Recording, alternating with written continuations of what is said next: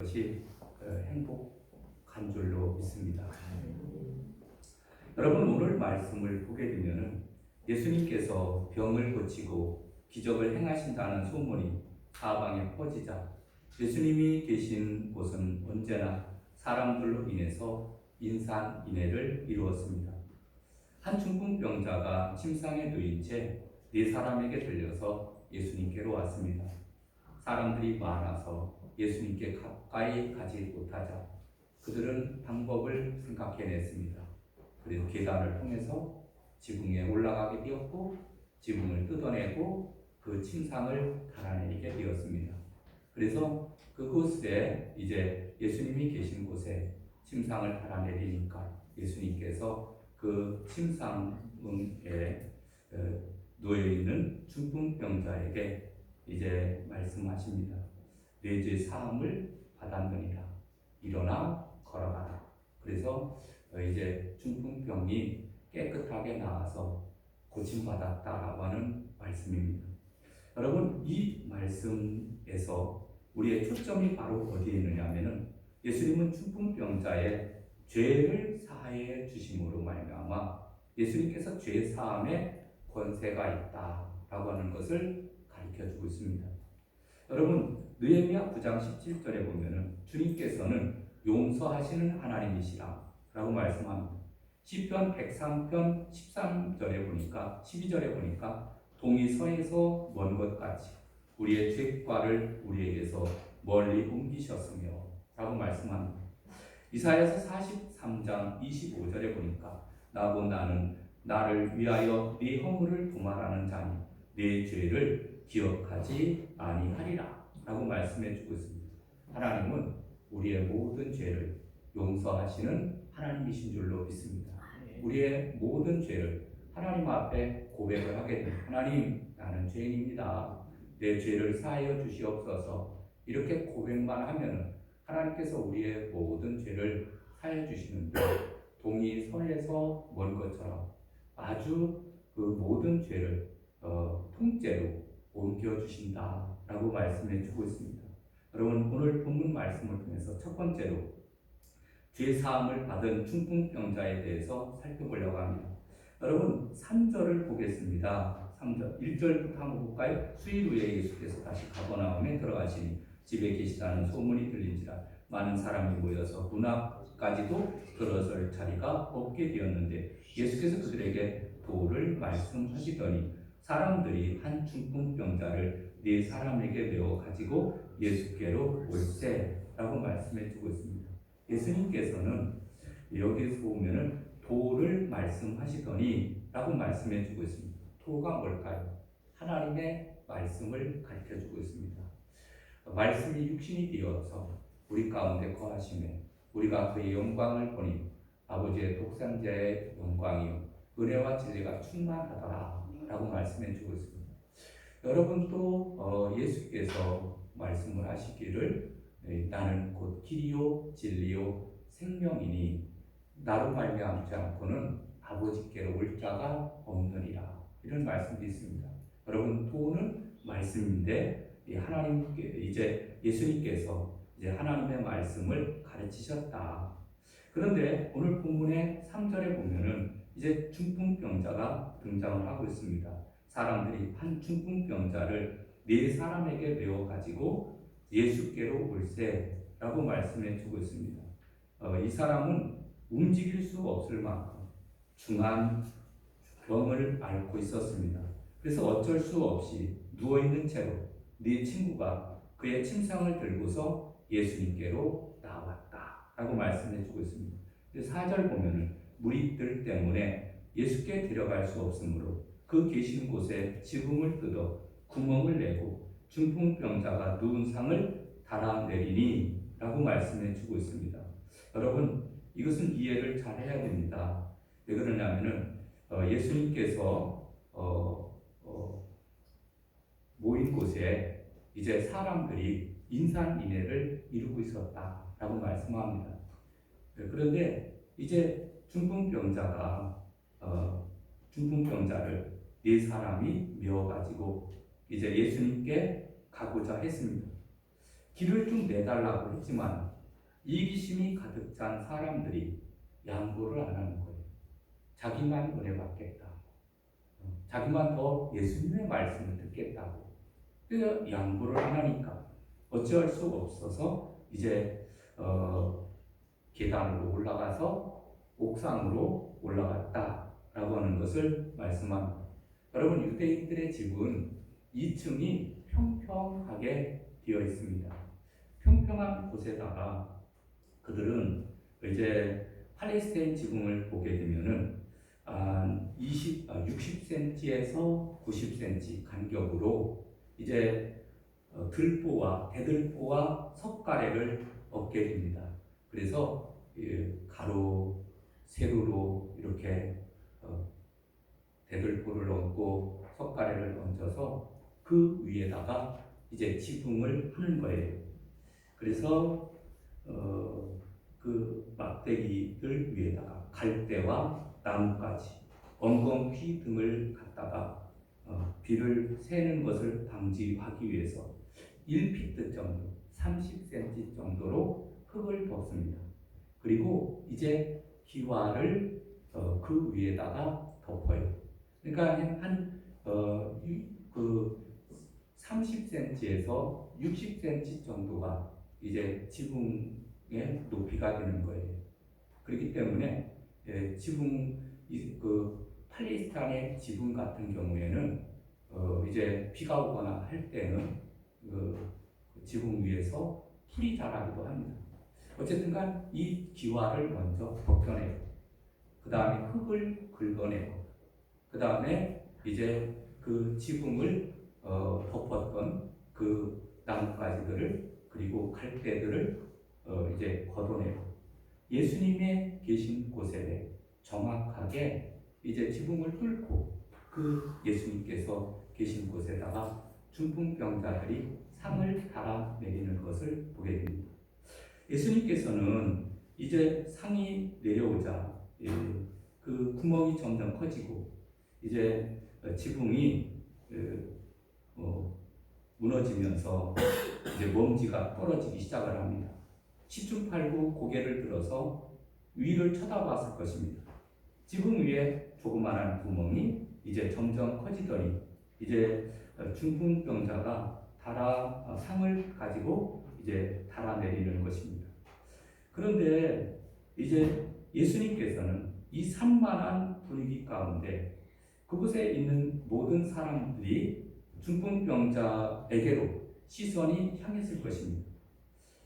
그런데 예수님께서는 아무런 말씀을 안 하셨습니다. 여러분 5절에 볼까요?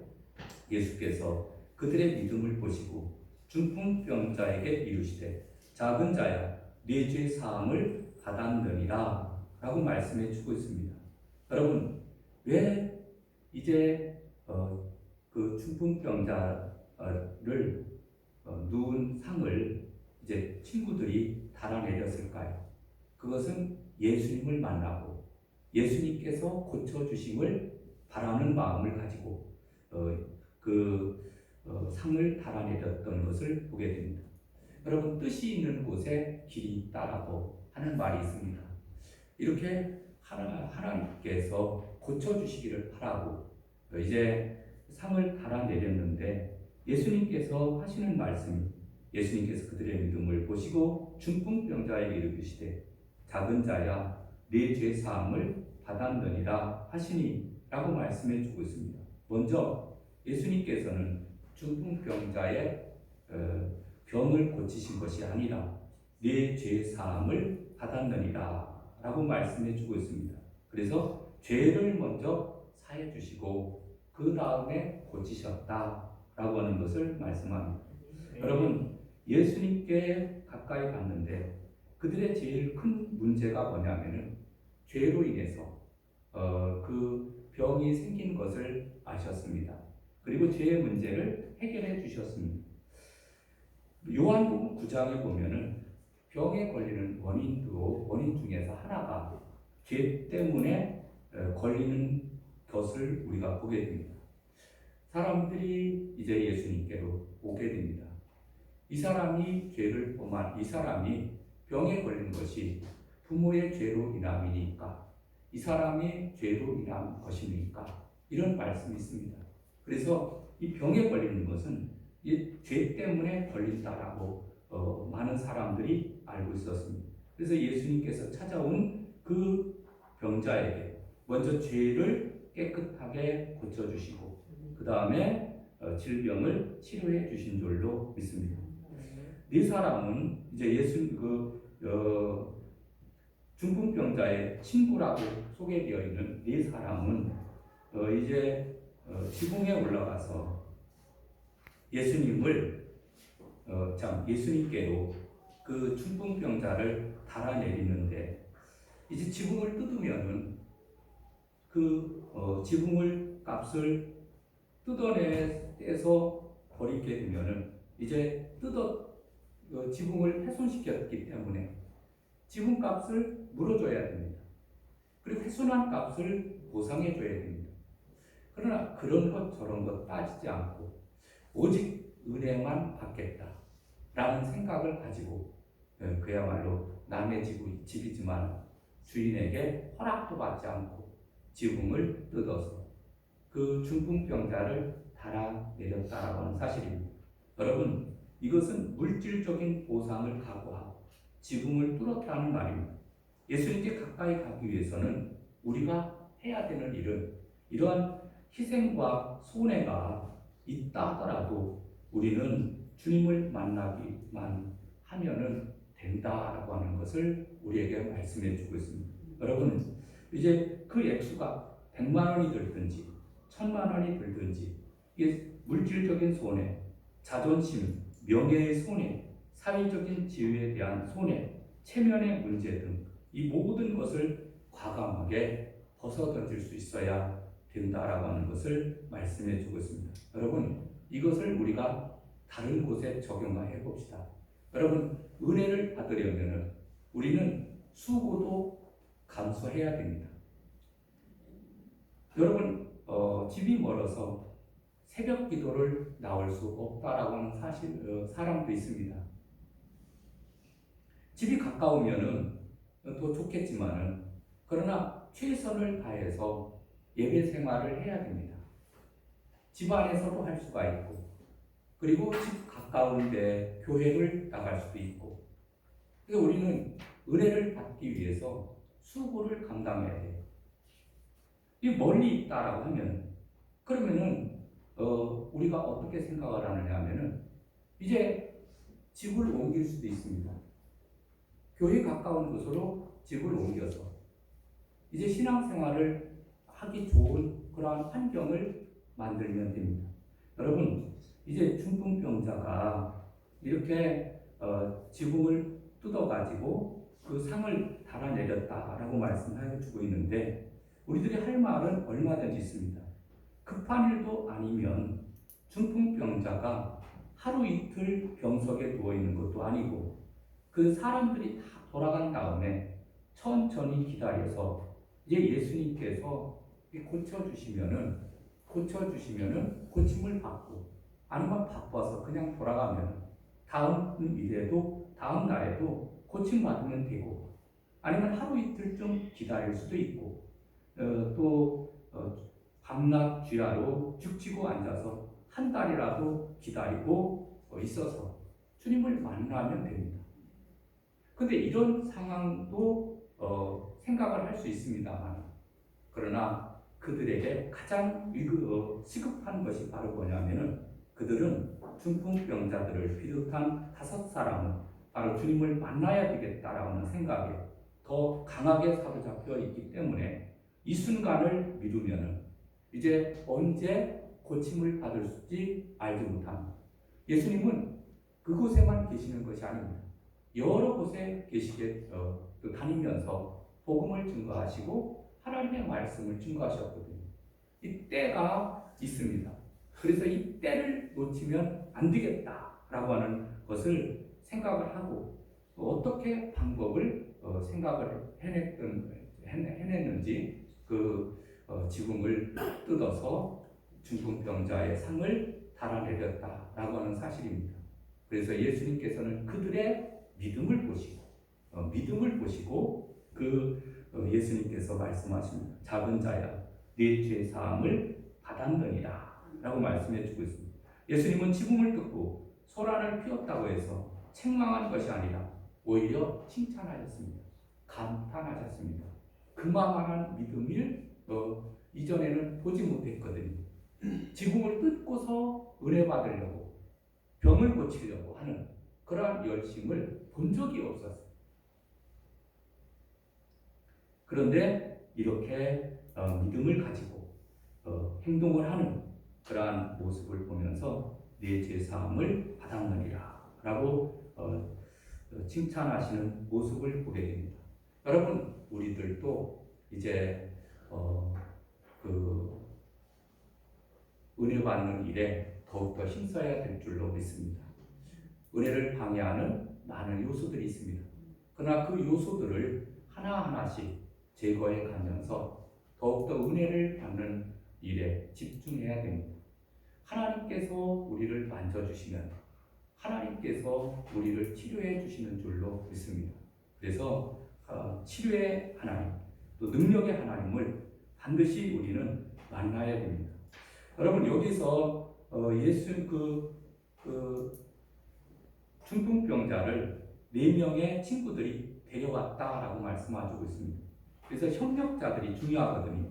이웃을 위해서도 한 생명을 구원하기 위해서도 이제 친구들이 중요합니다.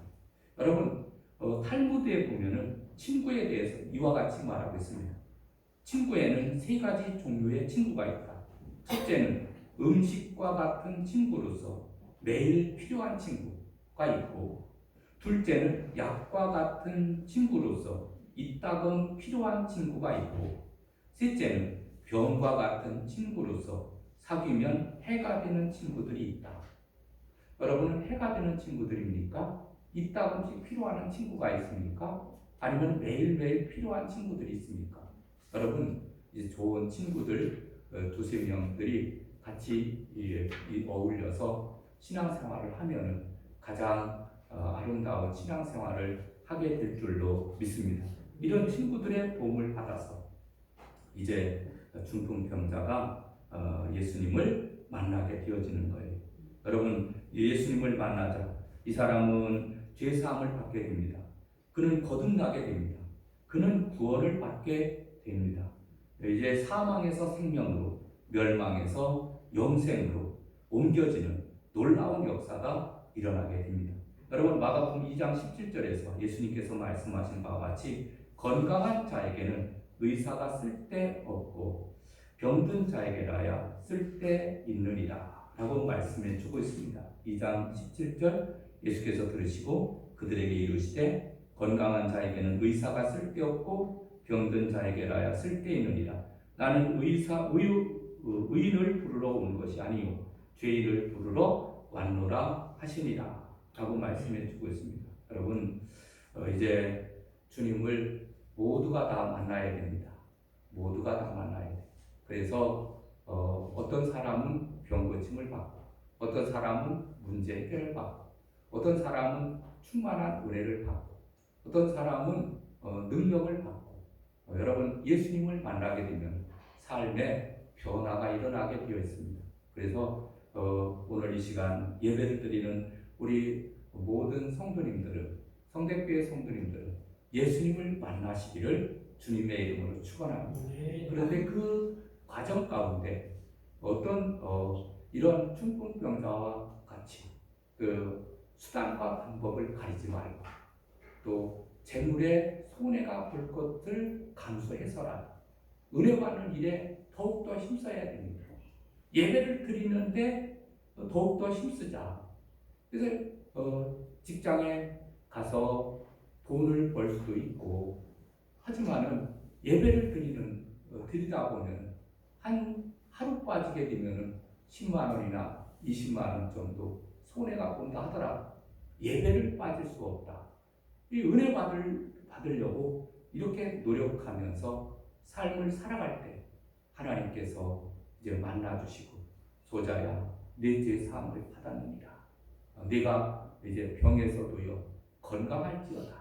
그러면서 주님께서 만나주시는 그러한 역사가 있지 않을까 생각합니다.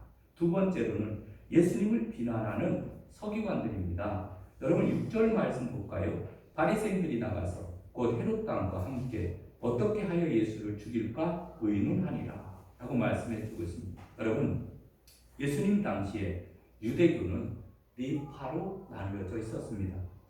하나는 사두개파, 하나는 바리새파, 하나는 에세네파, 하나는 열심당파 이렇게 나누어져 있었는데 여러분 여기 보면 서기관들이 나옵니다. 서기관들은 오늘날로 얘기를 하면은 각 교단의 신학교 교수와 같은 사람들입니다. 그래서 이 사람들은 사회적인 지식인으로 율법을 정식적으로 교육받았으며 전통에 따라 성경을 해석하는 율법 전문가였습니다. 그래서 하나님의 말씀을 잘 아는 사람들이었습니다. 그런데 이 사람들이 왜 이런 생각을 하게 되었느냐? 7절 말씀 볼까요? 7절 예수께서 제자들과 함께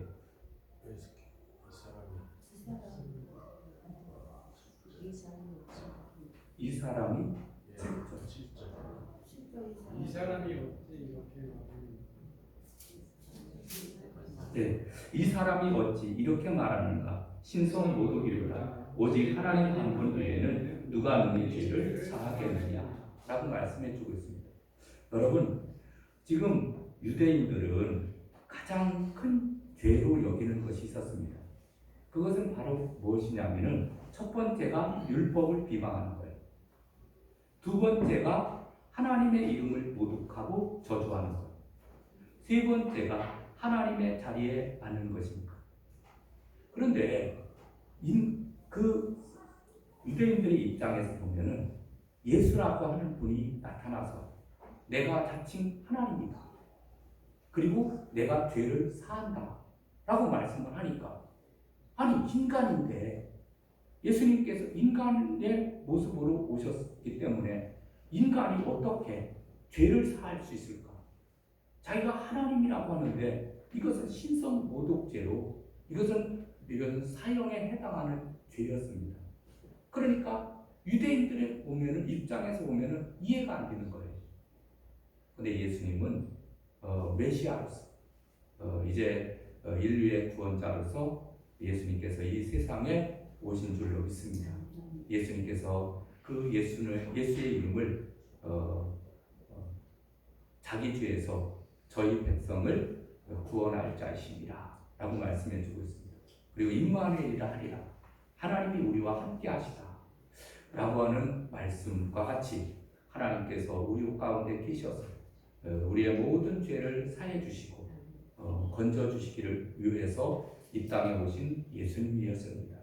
그러니까 예수님은 하나님이셨거든요. 하나님이었기 때문에 당연히 이러한 말씀들을 하신 거예요. 여러분 7절에 보면은 다시 한번 볼까요? 7절에 보면 이 사람이 어찌 이렇게 말하는가? 신성 모독이로다. 오직 하나님 한 분 외에는 누가 너희 죄를 사하겠는가? 이 사할 사람이 없어요. 인간은 죄를 사해 줄 사람이 없습니다. 하나님만이 죄를 사하는 거예요. 8절 그들이 속으로 이렇게 생각하는 줄을 예수께서 곧 중심에 아시고 이르시되 어찌하여 이것들을 마음에 생각하느냐. 9절 중풍병자에게 네 죄 사함을 받았느니라 하는 말과 일어나 네 상을 가지고 걸어가라 하는 말 중에서 어느 것이 쉽겠느냐. 여러분 사람은 이 중에서 하나도 감당할 수 없습니다. 여러분 네 죄 사함을 받았느니라. 인간이 이런 말을 할 수 있어요? 없습니다. 그리고 일어나 네 상을 가지고 걸어가라. 이 인간이 이러한 말을 할 수 있습니까? 할 수 없습니다. 그러나 하나님으로서 이 세상에 오신 인간의 몸을 입고 오신 예수님은 가능한 줄로 믿습니다. 그래서 예수님께서는 제사장도 선지자도 죄를 사할 수 없고 오직 하나님만이 능히 죄를 사해 주시며 또 구원을 베풀어 주시는 하나님이시다라고 하는 것을 우리에게 말씀해 주고 있습니다. 마지막 세 번째로는 죄를 사하시는 예수님의 권세입니다. 여러분 8절 보겠습니다. 8절 보면은 그들이 속으로 이렇게 생각하는 줄을 예수께서 곧 중심에 아시고 이르시되 어찌하여 이것을 마음에 생각하느냐 라고 말씀해 주고 있습니다.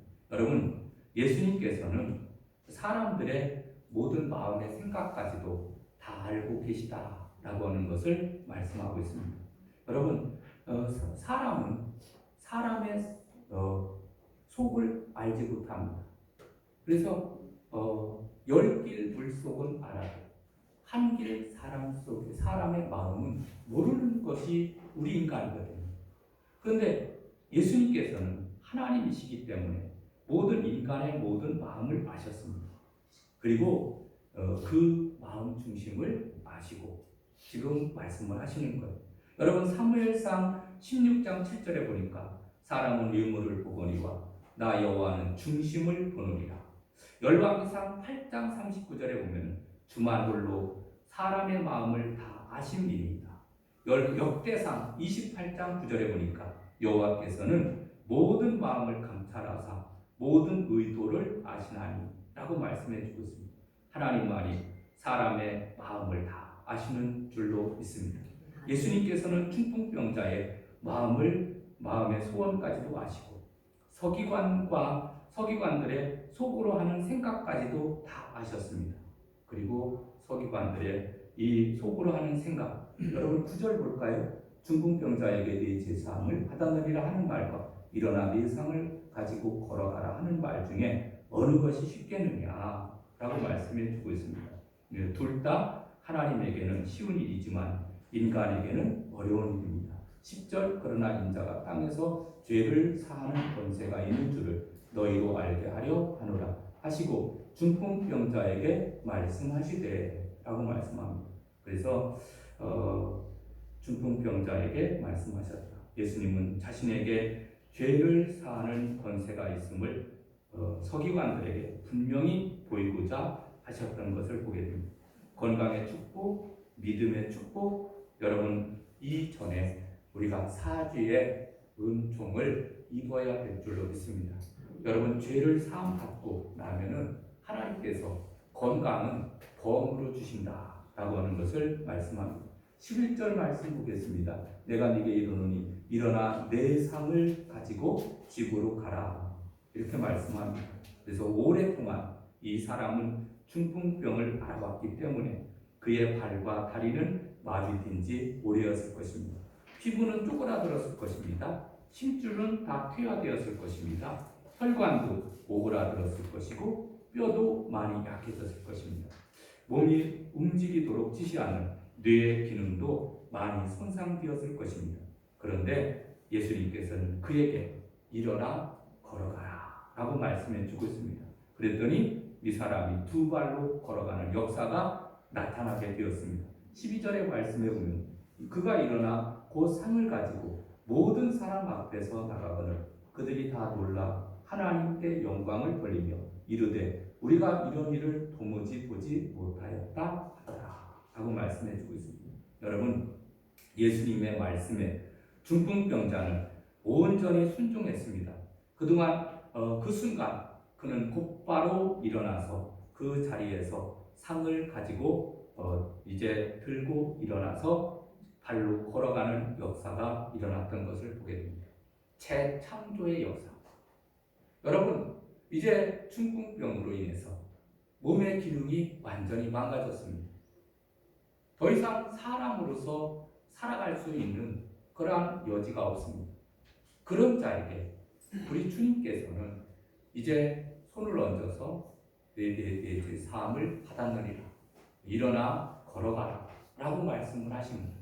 그랬더니 중풍병자가 이제 새로운 창조의 역사를 받아서 하나님께 영광을 돌리며 걸어가는 역사가 일어나는 것을 보게 됩니다. 여러분 우리 모두가 다 이러한 역사가 일어나시기를 주님의 이름으로 축원합니다. 어떻게 보면은 가만히 보면은 이 중풍병자는 우리들입니다. 여러분 우리가 살았다는 이름을 가졌으나 가만히 보면 다 죽은 자예요. 정신적으로, 영적으로, 육적으로 이제 성한 것이 하나도 없습니다. 터지고 상하고 찢기고 허물어진 그러한 몸을 가지고 있습니다. 그래서 어떤 한 부분이 마비가 되어 있기도 합니다.